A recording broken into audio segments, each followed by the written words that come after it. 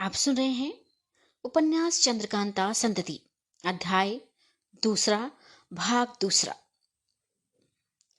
कमला को विश्वास हो गया कि किशोरी को कोई धोखा देकर ले भागा है।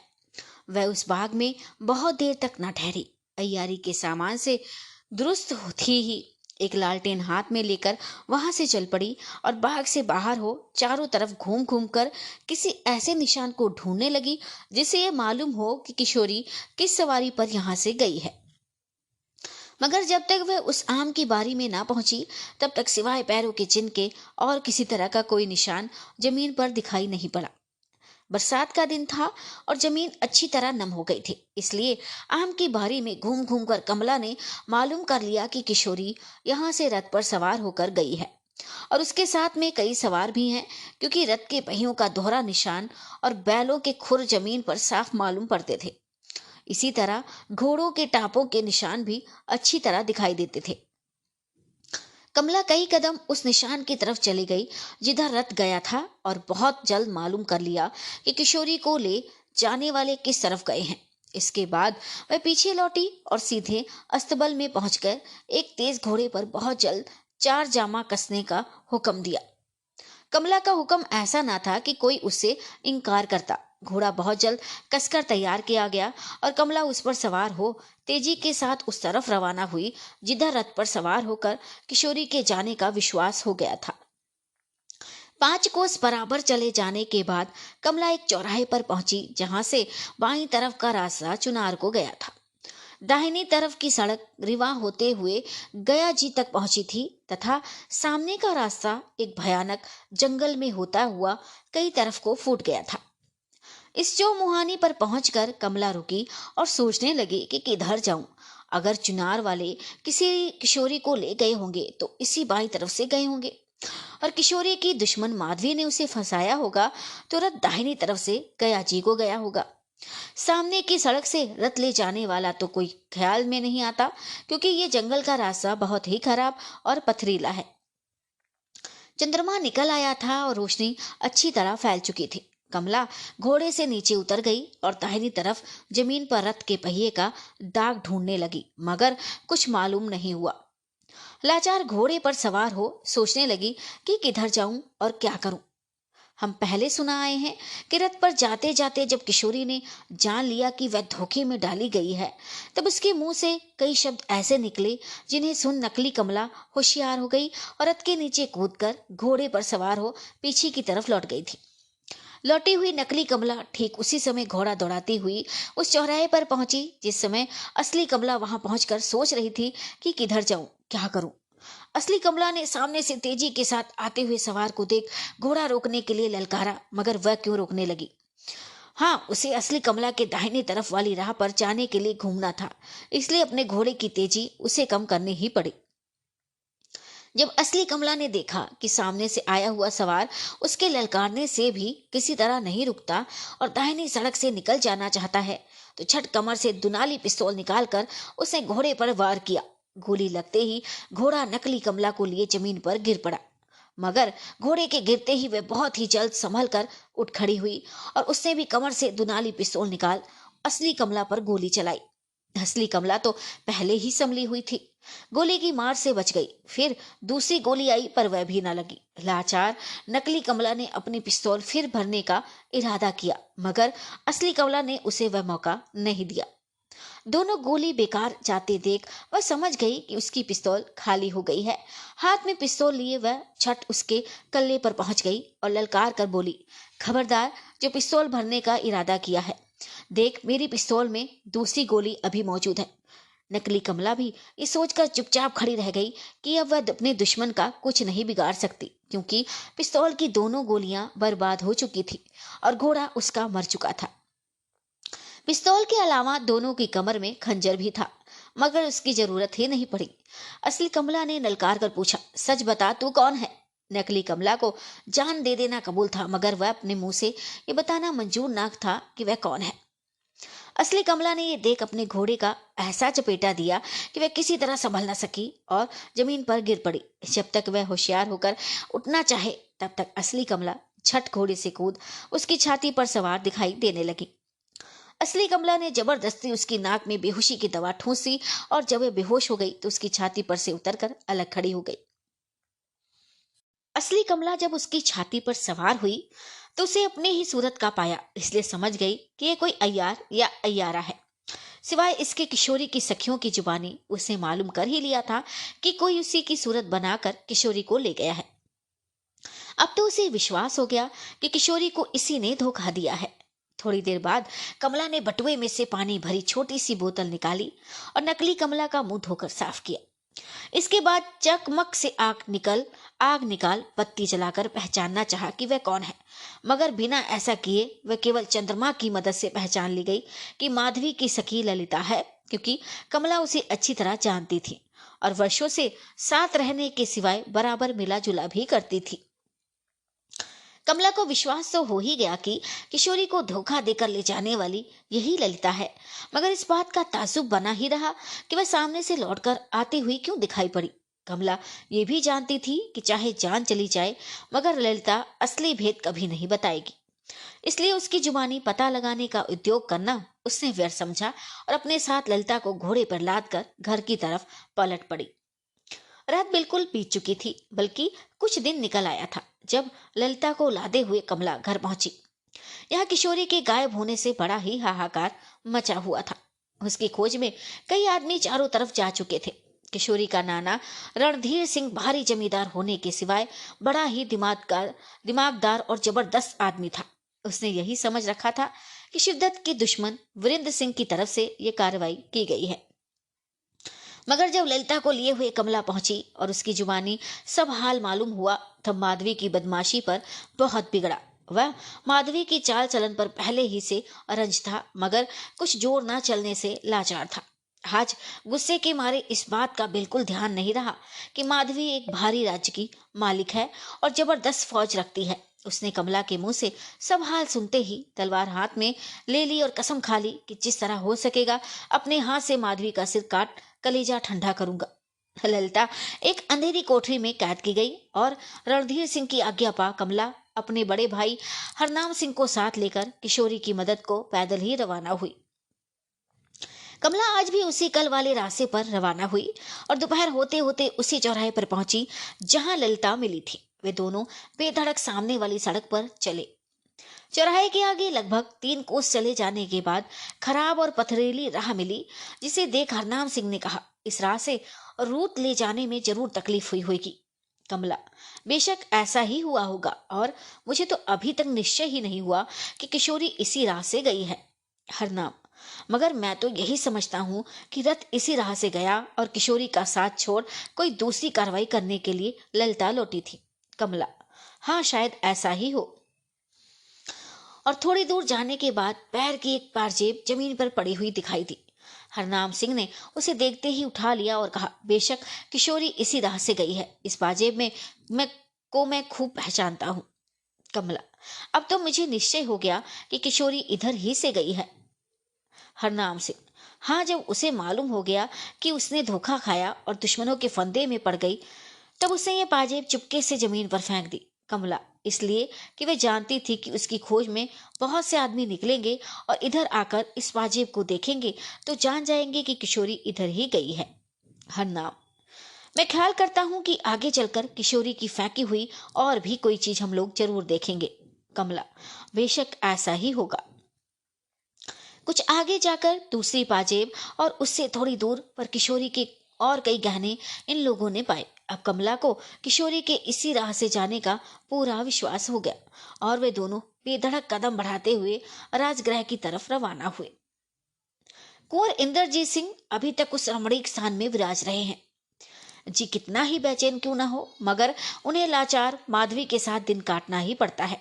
खैर, जो होगा देखा जाएगा। मगर इस समय दोपहर दिन बाकी रहने पर भी कुंवर इंद्रजीत सिंह कमरे के अंदर सुनहले पांव की चारपाई पर आराम कर रहे हैं और एक लौंडी धीरे धीरे पंखा चल रही है।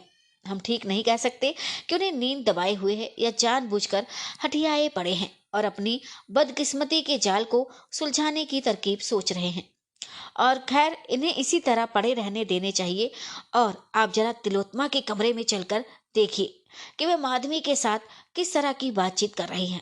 माधवी का हंसता हुआ चेहरा कहे देता है कि बनिष्ठ और तीनों के आज वे बहुत खुश है, मगर तिलोत्तमा के चेहरे से किसी तरह की खुशी नहीं मालूम होती।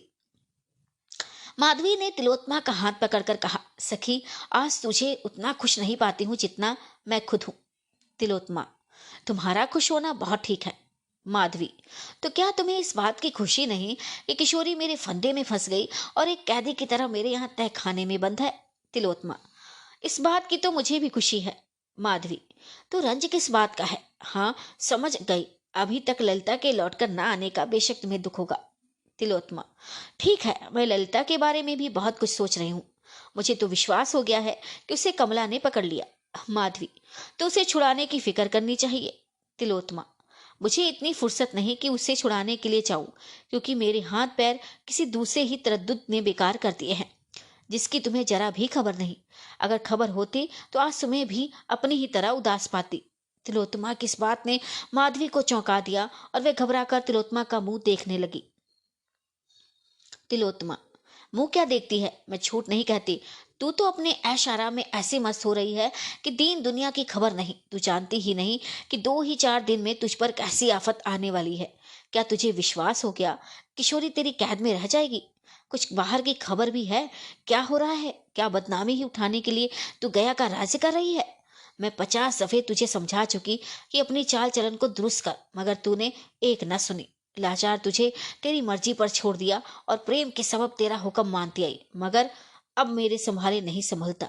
माधवी, तिलोत्तमा, तुझे क्या हो गया है जो इतना कूद रही है? ऐसी कौन सी आफत आ गई है जिसने तुझे बदहवास कर दिया है?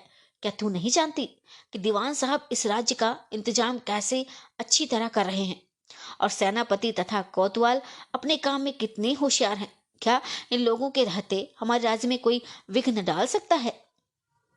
तिलोत्तमा, ये जरूर ठीक है कि इन तीनों के रहते कोई इस राज्य में विघ्न नहीं डाल सकता, लेकिन तुझे तो इन्हीं तीनों की खबर नहीं। कोतवाल साहब जहन्नुम में चले ही गए।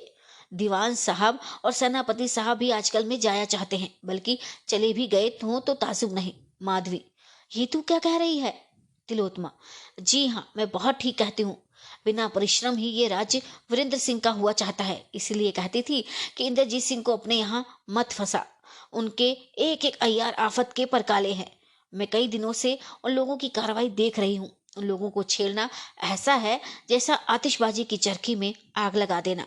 माधवी, क्या वीरेंद्र सिंह को पता लग गया कि उनका लड़का यहाँ कैद है?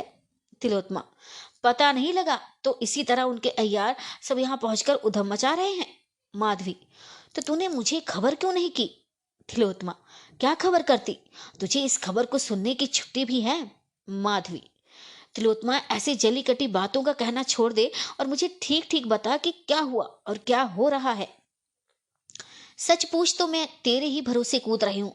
मैं खूब जानती हूँ कि सिवाय तेरे मेरी रक्षा करने वाला कोई नहीं। मुझे विश्वास था कि इन 4 पहाड़ियों के बीच में जब तक मैं हूँ मुझ पर किसी तरह की आफत नहीं आएगी, मगर अब तेरी बातों से ये उम्मीद बिल्कुल जाती है। तिलोत्तमा, ठीक है, तुझे अब ऐसा भरोसा रखना ना चाहिए। इसमें कोई शक नहीं है कि मैं तेरे लिए जान देने को भी तैयार हूँ, मगर तू तू ही बता कि वीरेंद्र सिंह के अय्यारों के सामने मैं क्या कर सकती हूँ? एक बेचारी ललिता मेरी मददगार थी, सो वह भी किशोरी को फंसाने में आ पकड़ी गई। अब अकेली मैं क्या करूं? माधवी, तू सब कुछ कर सकती है, हिम्मत मत हार। हाँ, ये तो बता कि वीरेंद्र सिंह के यार यहाँ कब और कैसे आए और अब क्या कर रहे हैं? तिलोत्तमा, अच्छा सुन, मैं सब कुछ कहती हूँ। ये तो मैं नहीं जानती कि पहले पहले यहाँ कौन आया। हाँ, जब से चपला आई है तब से मैं थोड़ा बहुत हाल जानती हूँ। माधवी, क्या चपला यहाँ पहुंच गई? तिलोत्तमा, हाँ पहुंच गई। उसने यहाँ पहुंचकर उस सुरंग की दूसरी ताली भी तैयार कर ली, जिस राह से तू आती जाती है और जिसमें मैंने किशोरी को कैद कर रखा है। एक दिन रात को जब तू इंद्रजीत सिंह को सोता छोड़ दीवान साहब से मिलने के लिए गई तो वह चपला भी इंद्रजीत सिंह को साथ ले अपनी ताली से सुरंग का ताला खोल तेरे पीछे पीछे चली गई और छिपकर तेरी और दीवान साहब की कैफियत इन दोनों ने देख ली। ये ना समझ कि इंद्रजीत सिंह बेचारे सीधे साधे हैं और तेरा हाल नहीं जानते, वह सब कुछ जान गए हैं। माधवी, तूने चपला को कैसे देखा? तिलोत्तमा, मेरा बल्कि ललिता का भी कायदा है कि रात को 2 3 4 दफे उठकर इधर उधर घूमा करती हैं। उस समय मैं अपने दलान में खंभे की आड़ में खड़ी इधर उधर देख रही थी कि जब चपला और इंद्रजीत सिंह तेरा हाल देखकर सुरंग से लौटे थे। इसके बाद वे दोनों बहुत देर तक नहर के किनारे खड़े बातचीत करते रहे। बस उसी समय मैं होशियार हो गई और अपनी कार्रवाई करने लगी। माधवी, इसके बाद भी कुछ हुआ? तिलोत्तमा, हाँ बहुत कुछ हुआ, सुनो मैं कहती हूँ। दूसरे दिन मैं ललिता को साथ लेकर उस तालाब पर पहुंची। देखा कि वीरेंद्र सिंह के कई अय्यार वहां बैठे बातचीत कर रहे हैं। मैंने छिपकर उनकी बातचीत सुनी। मालूम हुआ कि वे लोग दीवान साहब, सेनापति और कोतवाल साहब को गिरफ्तार किया चाहते हैं। मुझे उस समय एक दिल लगी सूझी। जब वे लोग राय पक्की करके वहां से जाने लगे, मैंने वहां से कुल दूर हटकर एक छींक मारी और दूर भाग गई। माधवी, वे लोग घबरा गए होंगे। तिलोत्तमा, बेशक घबराए होंगे। उसी समय गाली गुफ्तार करने लगे, मगर हम दोनों ने वहां ठहरना पसंद नहीं किया। माधवी, फिर क्या हुआ? तिलोत्तमा, मैंने तो सोचा था कि वे लोग मेरी छींक से डरकर अपनी कार्रवाई रोकेंगे, मगर ऐसा नहीं हुआ। 2 ही दिन की मेहनत में उन लोगों ने कोतवाल को गिरफ्तार कर लिया। भैरव सिंह और तारा सिंह ने उन्हें बुरा धोखा दिया। इसके बाद तिलोत्तमा ने कोतवाल साहब के गिरफ्तार होने का पूरा हाल जैसा हम ऊपर लिखाए हैं माधवी से कहा। साथ ही उसने यह भी कह दिया कि दीवान साहब को भी गुमान हो गया कि तूने किसी मर्द को यहाँ लाकर रखा है और उसके साथ आनंद कर रही है। तिलोत्तमा की जुबानी सब हाल सुनकर माधवी सोच सागर में गोते लगाने लगी और आधे घंटे तक उसे तनोबदन की सुध न रही। इसके बाद उसने अपने को संभाला और फिर तिलोत्तमा से बातचीत करना आरंभ किया। माधवी, खैर जो हुआ सो हुआ, ये बता कि अब क्या करना चाहिए? तिलोत्तमा, मुनासिब तो यही है कि इंद्रजीत सिंह और किशोरी को छोड़ दो, तब फिर तुम्हारा कोई कुछ भी नहीं बिगाड़ेगा। माधवी, ऐसा ना कहो। अगर मुझ पर तुम्हारा सच्चा प्रेम है तो ऐसा करने के लिए जिद ना करो। अगर मेरा सिर चाहो तो काट लो, मगर इंद्रजीत सिंह को छोड़ने के लिए मत कहो। तिलोत्तमा, अफसोस कि इन बातों की खबर दीवान सबको भी नहीं कर सकती, बड़ी मुश्किल है। अच्छा, मैं उद्योग करती हूँ, मगर निश्चय नहीं कह सकती कि क्या होगा। माधवी, तुम चाहोगी तो सब काम हो जाएगा। तिलोत्तमा, पहले तो मुझे ललिता को छुड़ाना मुनासिब है। माधवी, अवश्य। तिलोत्तमा, हाँ, एक काम इसके भी पहले करना चाहिए, नहीं तो किशोरी 2 ही दिन में यहाँ से गायब हो जाएगी। और ताजुब नहीं कि धड़धड़ाते हुए वीरेंद्र सिंह के कई अय्यार यहाँ पहुंच जाएं और मनमानी धूम मचावें। माधवी, शायद तुम्हारा मतलब उस पानी वाली सुरंग को बंद कर देने से होगा। तिलोत्तमा, हाँ। माधवी, हाँ, मैं भी यही मुनासिब समझती हूँ। मैं सोचती हूँ कि जरूर कोई अय्यार उस रोज उस पानी वाली सुरंग की राह से यहाँ आया था, जिसकी देखा देखी इंद्रजीत सिंह उस सुरंग में घुसे थे, मगर बेचारी पानी में आगे न जा सके और लौट आए। तुम जरूर उस सुरंग को अच्छी तरह बंद करा दो, जिससे कोई अय्यार उस राह से आने जाने ना पाए। तुम लोगों के लिए और रास्ता है जिधर से मैं आती हूँ। हाँ, एक बात और है, तुम अपने पिता को मेरी मदद के लिए क्यों नहीं ले आती? उनसे और मेरे पिता से बड़ी दोस्ती थी, मगर अफसोस आजकल वे मुझसे बहुत रंज है। तिलोत्तमा, मैं कल उनके पास गई थी, पर वे किसी तरह नहीं मानते। तुमसे बहुत ज्यादा रंज है, मुझ पर बहुत बिगड़ते थे। अगर मैं तुरंत ना चली आती तो बेइज्जती के साथ निकलवा देते। मैं उनके पास कभी नहीं जाऊंगी। माधवी, खैर जो किस्मत में होगी भोगूंगी। अच्छा, अब तो सबों की आमदरफ्त इसी सुरंग से होती होगी, तो किशोरी को वहां से निकाल कर किसी दूसरी जगह रखना चाहिए। तिलोत्तमा, उस सुरंग से बढ़कर कौन सी ऐसी जगह है जहां उसे रखोगी? दीवान साहब का भी तो डर है। थोड़ी देर तक इन दोनों में बातचीत होती रही। इसके बाद इंद्रजीत सिंह के सोकर उठने की खबर आई। शाम भी हो चुकी थी। माधवी उठकर उनके पास गई और तिलोत्तमा पानी वाली सुरंग को बंद करने की फिक्र में लग गई। श्रोतागण, इस जगह मामला बड़ा गोलमाल हो गया। तिलोत्तमा ने चालाकी से वीरेंद्र सिंह के अय्यारों की कार्रवाई देख ली। माधवी और तिलोत्तमा की बातचीत से आप ये भी जान गए होंगे कि बेचारी किशोरी उसी सुरंग में कैद की गई जिसकी ताली चपला ने बनाई थी, या जिस सुरंग की राह चपला और कुंवर इंद्रजीत सिंह ने माधवी के पीछे जाकर यह मालूम कर लिया था कि वहां कहाँ से आती जाती है। उस सुरंग की दूसरी ताली तो मौजूद ही थी। किशोरी को छुड़ाना चपला के लिए कोई बड़ी बात तो नहीं थी। अगर तिलोत्तमा होशियार होकर उस आने जाने वाली राह अर्थात पानी वाली सुरंग को, जिसमें इंद्रजीत सिंह गए थे और आगे जलमय देखकर लौट आए थे, पत्थर के ढोकों से मजबूती के साथ बंद न कर देती, कुंवर इंद्रजीत सिंह को मालूम हो गया था कि आप हमारे लोग अय्यार लोग इसी राह से आया जाया करते हैं। अब उन्होंने अपनी आंखों से ये देख लिया कि ये सुरंग बखूबी बंद कर दी गई है। उनकी नाउम्मीदी हर तरह से बढ़ने लगी। उन्होंने समझ लिया कि जब चपला से मुलाकात ना होगी और बाहर हमारे छुड़ाने के लिए क्या क्या तरकीब हो रही है, इसका पता भी बिल्कुल नहीं लगेगा।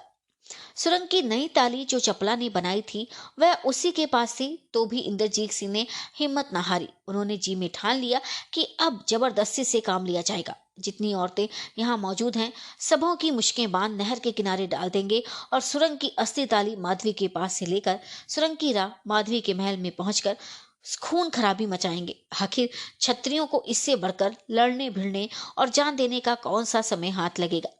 मगर ऐसा करने के लिए सबसे पहले सुरंग की ताली अपने कब्जे में कर लेना मुनासिब है। नहीं तो मुझे बिगड़ा हुआ देख जब तक मैं 2-4 औरतों की मुश्कें बांधूंगा सब सुरंग की राह भाग जाएंगी। फिर मेरा मतलब जैसा मैं चाहता हूं सिद्ध नहीं होगा। इंद्रजीत सिंह ने सुरंग की ताली लेने की बहुत कोशिश की मगर ना ले सके, क्योंकि अब वह ताली उस जगह से जहां पहले रहती थी हटाकर किसी दूसरी जगह रख दी गई। आपस में लड़ने वाले दोनों भाइयों के साथ जाकर सुबह की सफेदी निकलने के साथ ही कोतवाल ने माधवी की सूरत देखी और ये समझकर कि दीवान साहब को छोड़ महारानी अब मुझसे प्रेम रखा चाहती हैं, बहुत ही खुश हुए।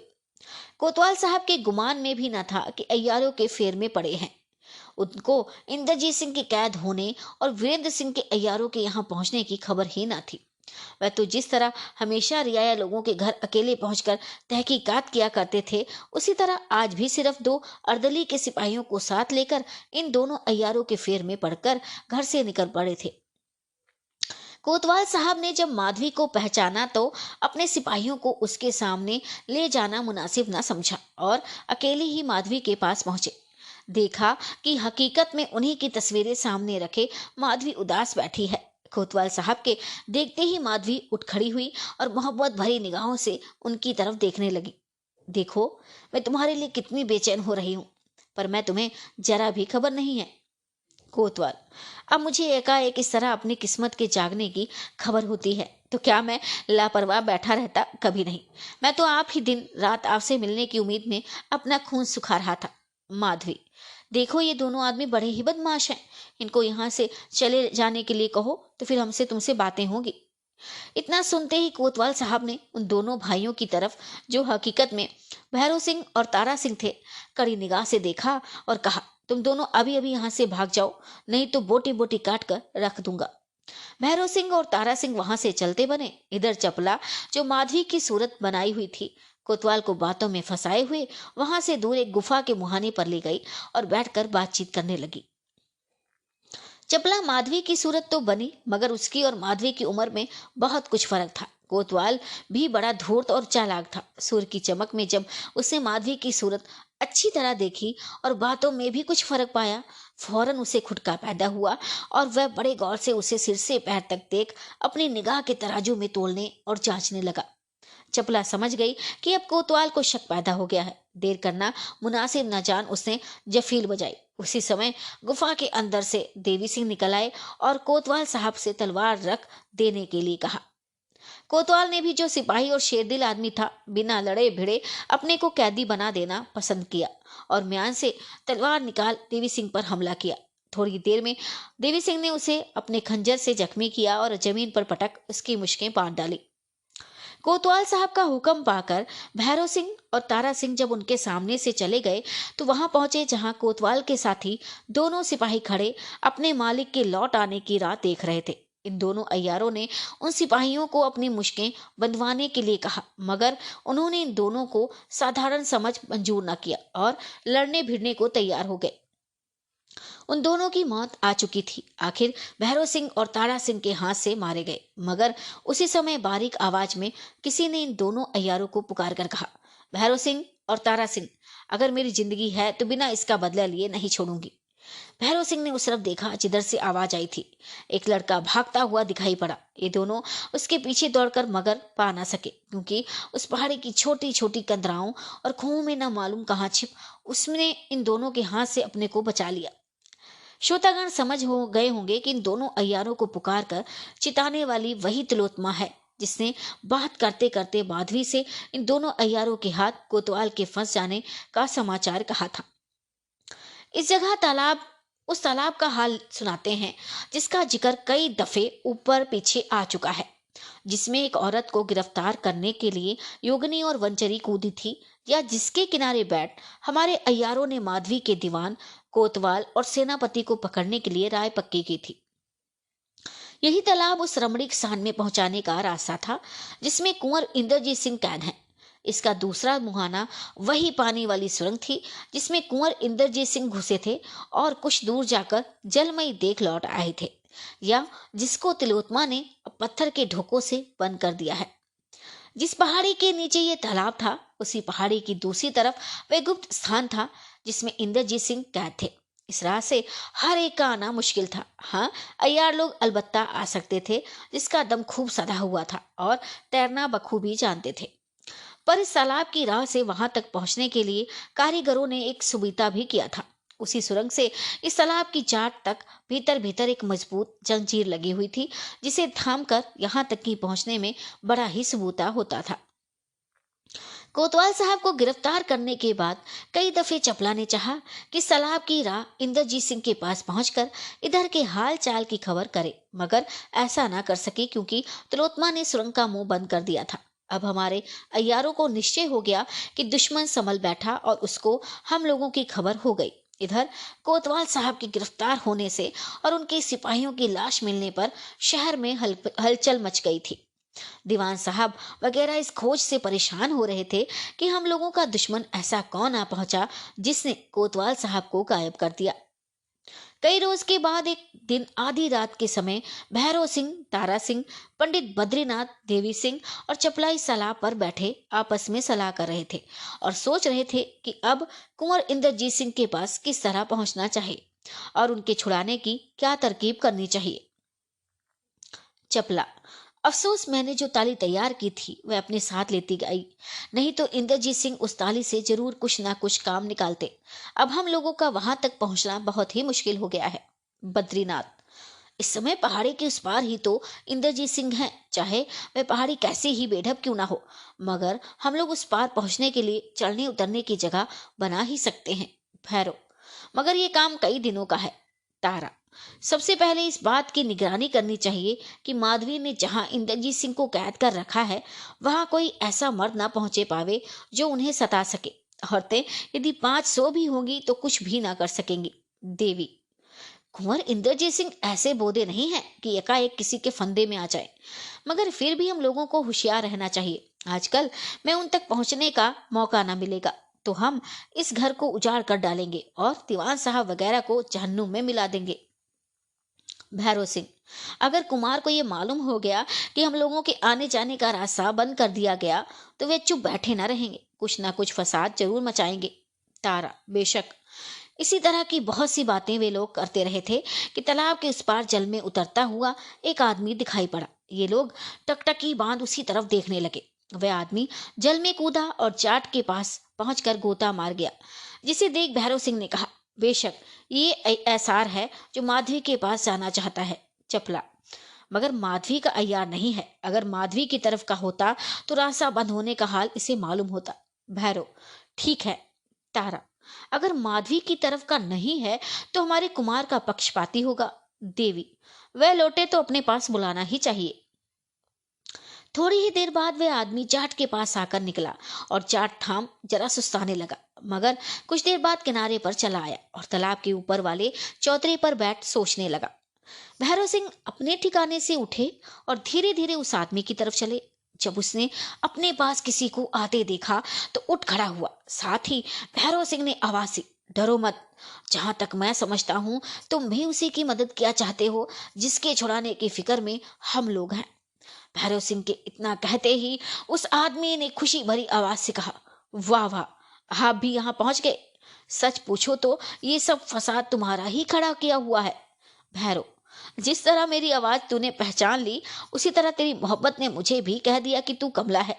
कमला: बस बस रहने दीजिए, आप लोग बड़े मोहब्बती हैं, इसे मैं खूब जानती हूँ। भैरव: जानती ही है तो ज्यादा क्या कहूँ, कमला कहने का मुंह भी तो हो। भैरव: कमला, मैं तो यही चाहता हूं कि अगर तुम्हारे पास बैठा बातें ही करता रहूं, मगर इस समय मौका नहीं है क्योंकि पंडित बद्रीनाथ, देवी सिंह, तारा सिंह और मेरी माँ वहां बैठी हुई हैं। तुमको तालाब में जाते और नाकाम लौटते हम लोगों ने देख लिया और इसी से हम लोगों ने मालूम कर लिया कि तुम माधवी की तरफदार तो नहीं हो। अगर होती तो सुरंग के बंद किए जाने का हाल तुम्हें जरूर मालूम होता। कमला: अच्छा, क्या तुम्हें सुरंग बंद करने का मालूम है? भैरव: हाँ, हम जानते हैं। कमला: फिर अब क्या करना चाहिए? भैरव: तुम वहां चली चलो जहां हम लोगों के संगी साथी हैं, उसी जगह मिलजुल के सलाह करेंगे। भैरव सिंह कमला को लिए हुए अपनी माँ चपला के पास पहुंचे और पुकार कर कहा, माँ, ये कमला है, इसका नाम तो तुमने सुना ही होगा।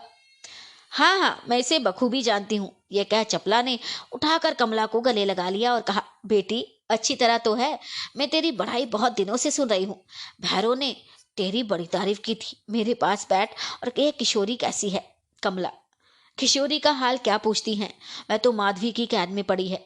ललिता कुंवर इंद्रजीत सिंह के नाम का धोखा देकर उसे ले आई है।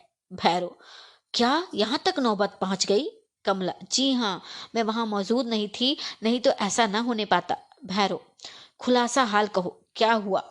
कमला ने सब हाल किशोरी के धोखा खाने और ललिता को पकड़ लेने का सुनाकर कहा, यह बखेड़ा इन्हीं का मचाया हुआ है। भैरव तरफ की देखकर वह बोली, ना ये इंद्रजीत सिंह बनकर शिवदत्तगढ़ जाते, ना बेचारी किशोरी की ये दशा होती। चपला: हाँ, मैं सुन चुकी हूँ। इस कसूर पर बेचारी को शिवदत्त ने अपने यहाँ से निकाल दिया। खैर, तूने ये बड़ा काम किया कि ललिता को पकड़ लिया। अब हम लोग अपना काम सिद्ध कर लेंगे। कमला: हम लोगों ने क्या किया और अब यहाँ क्या करने का इरादा है? चपला ने भी अपना और इंद्रजीत सिंह का सब हाल सुनाया। थोड़ी देर तक बातचीत होती रही। सुबह की सफेदी निकलना ही चाहती थी कि ये लोग यहाँ से उठ खड़े हुए और एक पहाड़ी की तरफ चले गए।